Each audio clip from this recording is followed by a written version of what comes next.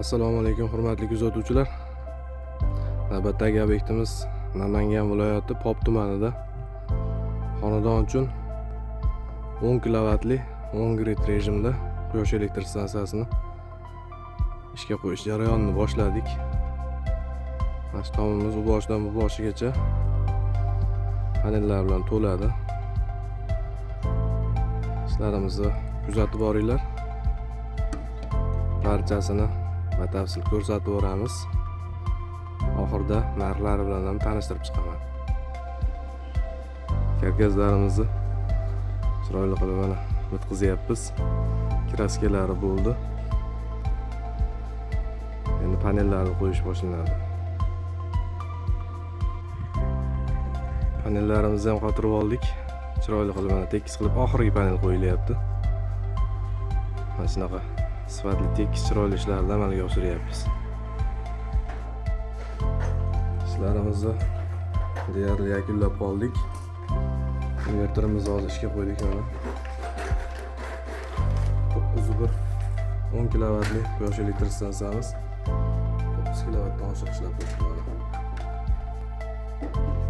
Endi korpuslarni yopib ishlarimizni yakuniga yetkazamiz. Ishlarimizni yakuniga yetkazdik. Mana shunaqa chiroyli sifatli ishlarni amalga oshirdik. Deya zapasning mashinasi ham bor buni, yana 5 kilovat. Yangicha kelgan deyalar bu. Monitoring sistemalarini ham qo'yganmiz mana. Inverterimiz zo'r ishlab turibdi, mana ko'rganlaringdek. 902 kilovat.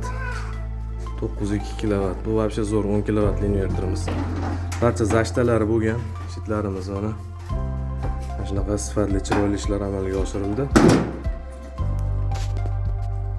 Hurmatli kuzatuvchilar, kimga mana shunaqa sifatli ishlar hamyonbop narxda kerak bo'ladigan bo'lsa, o'zimizga murojaat qilinglar. Ko'rib turgan telefon raqamlaringizdan bog'laninglar. Sizlarga aytib o'tganimdek, oxirida narxi bilan ham tanishtiraman deganman. Ko'rib turgan ishlaring mana DEA inverter, Jinko panellarni qo'yib berganmiz.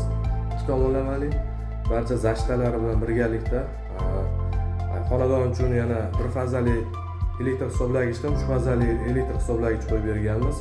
Barcha xarajatlar ichida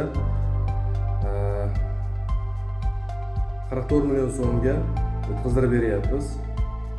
Xonadon egalariga ishimizni topshiryapmiz. E'tiborlaringiz uchun rahmat, salomat bo'linglar.